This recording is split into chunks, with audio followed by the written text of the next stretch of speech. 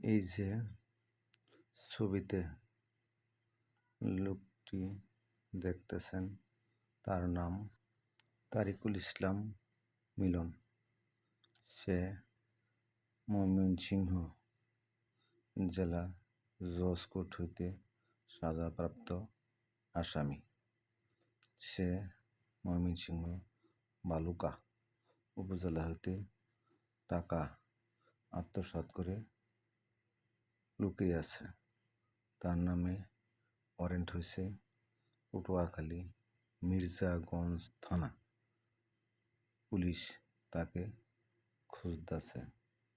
2022 সালে তার নামে ওয়ারেন্ট বের হয়, সাজা হয়। অদ্যাবধি 4 বছর হয়, পুলিশ তাকে খুঁজে পাচ্ছে না।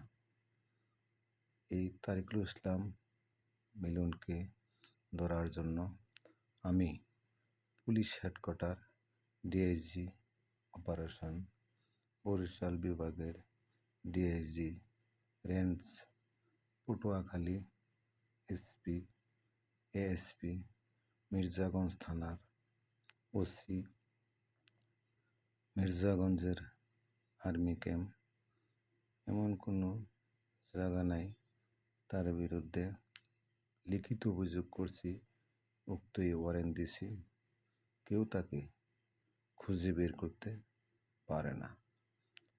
এখন কথা হলো, যদি কোনো সহৃদয় ব্যক্তি এর সন্ধান দিতে পারেন, ইনবক্সে মেসেজ দেন, তাকে পুরস্কার প্রদান করা হবে।